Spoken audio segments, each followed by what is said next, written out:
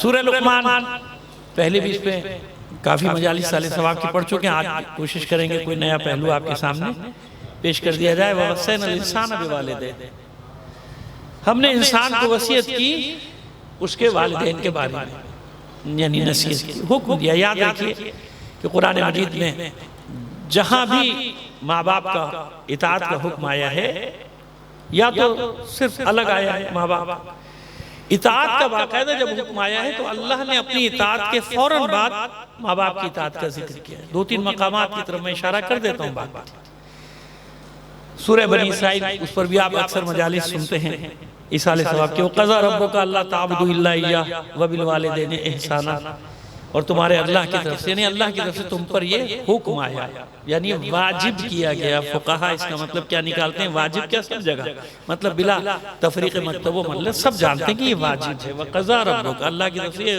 قضا آ گئی، ہو گیا، لازم ہو گیا، واجب ہو گیا. وَقَضَىٰ رَبُّكَ أَلَّا تَعْبُدُوا إِلَّا إِيَّاهُ، کہ اللہ کے سوا کسی کی عبادت نہ کرنا. وَبِالْوَالِدَيْنِ إِحْسَانًا، اور اپنے والدین کے ساتھ نیکی سے پیش آنا.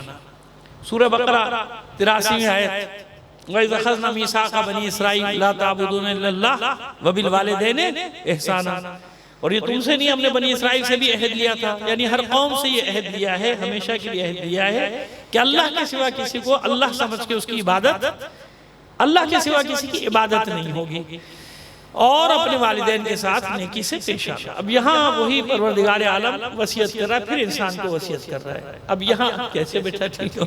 اچھا جناب، اس میں آیت میں بھی آگے ذکر ہے، لیکن یہاں شروع یہاں سے کیا گیا. وَوَصَّيْنَا الْإِنسَانَ بِوَالِدَيْهِ، ہم نے انسانوں کو وصیت کی.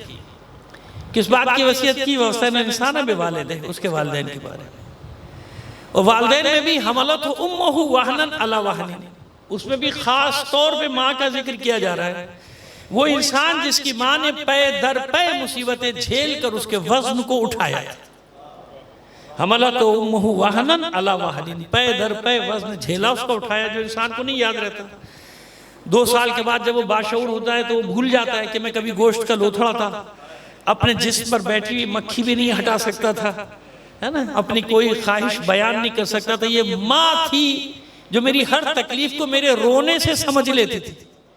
ڈاکٹر سے پہلے، چاہے وہ دیہات کی ماں ہو چاہے وہ شہر کی ماں ہو، ڈاکٹر سے پہلے جو ہستی اپنے بچے کی تکلیف کو سمجھتی ہے اس ہستی کا نام ہے ماں.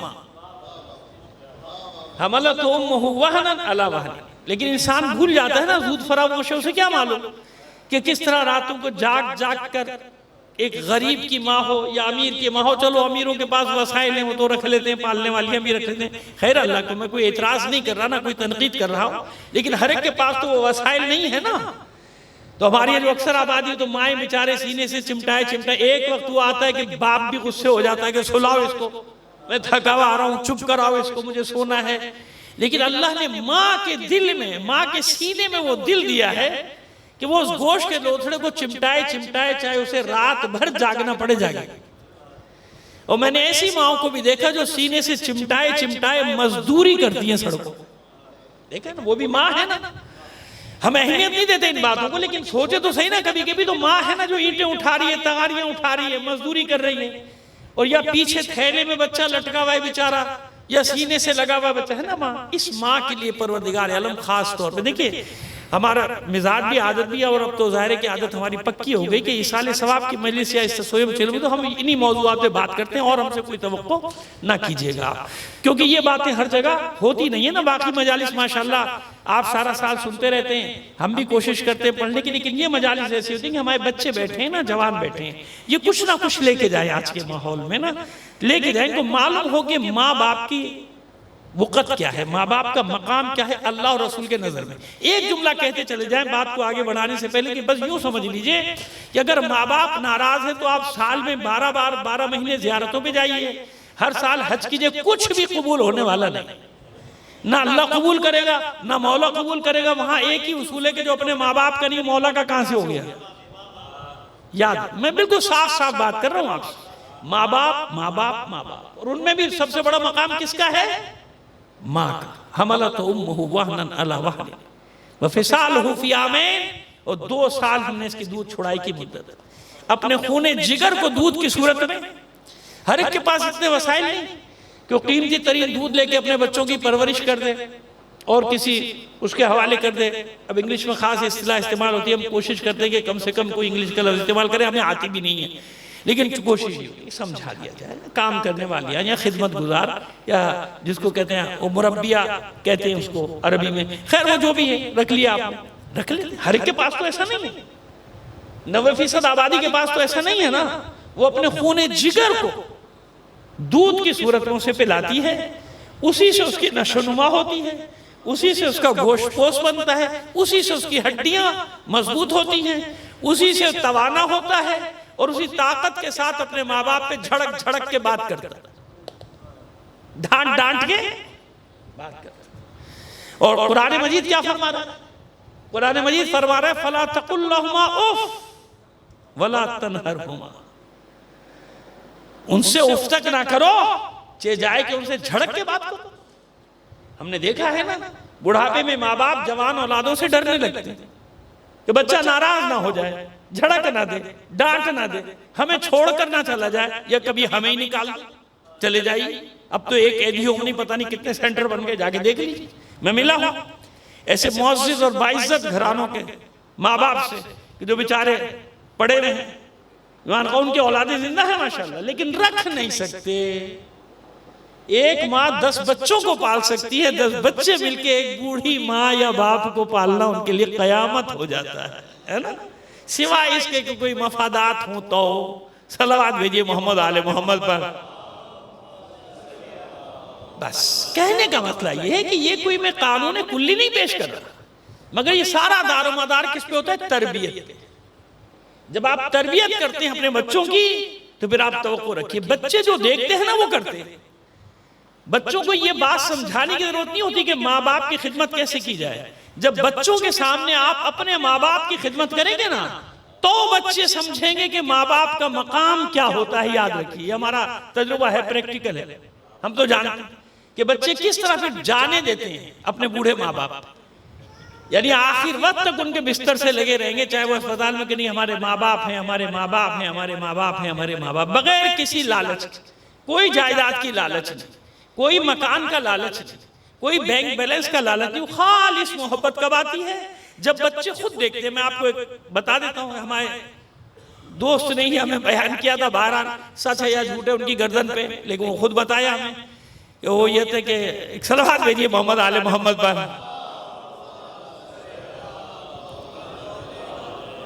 یعنی پورا واقعہ انہوں نے نقل کیا، ان کا اپنا تھا، یہ کسی کا تھا، یہ تو مجھے نہیں معلوم، ممکن ہے آپ نے بھی سنا ہو. لیکن وہ صاحب انہوں نے یہ کیا کہ ماں باپ کی اچانک کی بہت زیادہ خدمت شروع کر دی، اسپتال لانا لے جانا، یہ کرنا وہ کرنا. ان کو نیچے بھی لے آئے، گراؤنڈ فلور پہ بھی رکھ دیا، سب کر دیا. کیا ہوا؟ کہنے بھائی وہ بڑی قیامت ہو گئی. بوڑھے باپ کو رکھ دیا تھا انہوں نے 3ری منزل پر، اور گھر میں ملازمین جو تھے نوکروں کے ہاتھ ان کو کھانا بھجوا دیا جاتا تھا، جاؤ کھا لو. خود تو اپنے ٹیبل پہ کھا رہے ہیں، بچوں کے ساتھ کھا رہے ہیں، پی رہے ہیں مزے سے. وہ بوڑھا باپ ہے، وہ ڈسٹرب کرے گا نا لائف، لہذا اس کو اوپر کمرے میں رکھ دیا. وہ کس کے ذمہ؟ پیسہ بہت ہے نا بھائی، نوکر رکھے ہوئے ہیں نا ابا کے لیے، اماں کے لیے ماسی رکھی ہوئی ہے نا. وہ کھانا لے جا کے ان کو دیتے تھے، لے جا کے دیتے تھے. ایک دن کہنے لگے کہ ہوا یہ کہ بیٹھے تھے ٹیبل پہ، تو ویسی باتوں میں نے کہا بھائی ہم بوڑھے ہو جائیں گے تو تم کیا کرو گے؟ تو بچے نے فوراً کہا ابا میں ایسی کمرہ بنواؤں گا، پھر ادھر آپ کو ڈال دوں گا، ایک نوکر رکھ دوں گا، وہ آپ کو کھانا پینا دیا کرے گا. اتنے سے معصوم بچے کی یہ بات سمجھ میں آ گئی کہ ماں باپ کے ساتھ کیا کیا جانا چاہیے، کیونکہ جو وہ دیکھ رہا ہے نا وہ دیکھ تو بس یاد رکھیں. جو آپ اپنے بچوں کی تربیت کریں گے، ایک چھوٹا سے اور بات آپ کو، سلام، کتنی معمولی سی چیز ہے سلام علیکم کہنا. آپ تجربہ کر کے دیکھیے کہ ایک سلام جو ہے نا وہ بچوں کی تربیت بتا دیتا ہے. صرف آپ ان کو اتنا سکھا دیجئے کہ بیٹا جب گھر سے باہر نکلو، کوئی بڑا محلے کا نظر آ جائے، کوئی بزرگ آ جائے، اس کو سلام تو کر لو. آج کل یہ نہیں، گریبان کھلا ہوا چلا جائے گا، سیدھا سینہ تانے، کیونکہ وہ سمجھتا ہے کہ اگر میں نے بڑے کو سلام کر لیا تو میری توہین ہو جائے گی. اندر سکھایا نہیں گیا نا، گھر میں سکھایا نہیں جا رہا. حالانکہ اگر کسی بزرگ کو سلام کر لے گا، کسی عالم کو دیکھ لیا، کسی بڑے بزرگ کو دیکھ لیا، دانشور کو دیکھ لیا، وہ خطیب جا سلام کر لے گا، وہ کیا کہے گا جواب؟ وہ جواب میں کہے گا جیتے رہو، سلامت رہو. اور یہ جو وہ جیتے رہو سلامت رہو کہتے ہیں نا، یقین جانیے وہ خوش ہو کر دل سے کہہ رہا ہو.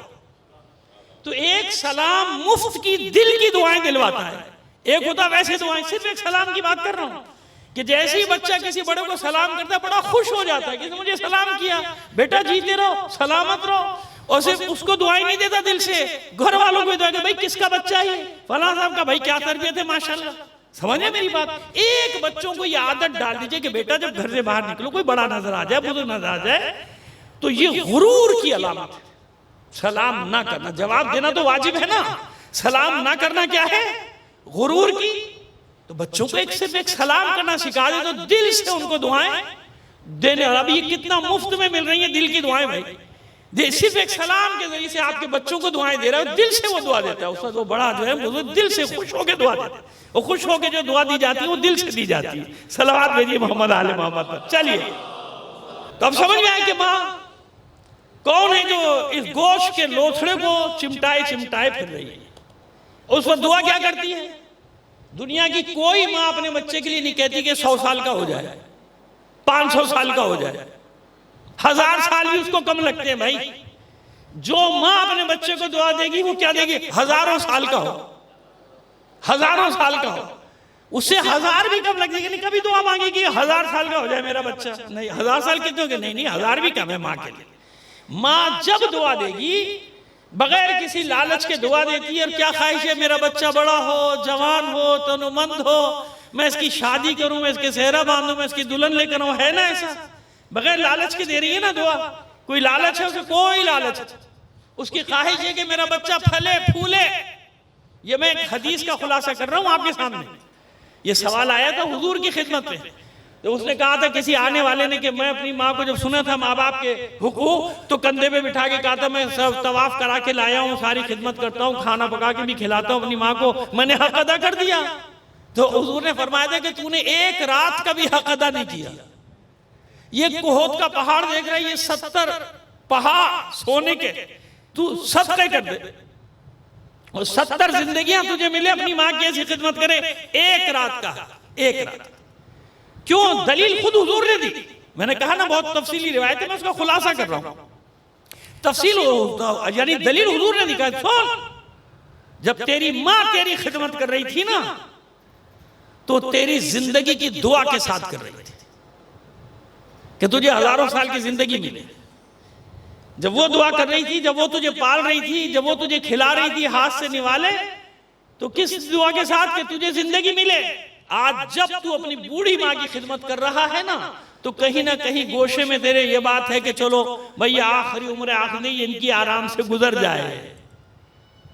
یہ فرق ہے تیرے پالنے میں، تیری خدمت کرنے میں، اور تیری ماں کی خدمت کرنے میں۔ یہ فرق ہے کہ ماں یہ ہستی ہے، ماں بغیر کسی لالچ کے پالتی ہے، ماں کو اس سے کوئی ماں کی دعا دے تو زندہ رہے، ہمیشہ زندہ رہے، میں مر جاؤں تو زندہ رہے، ہے ایسا؟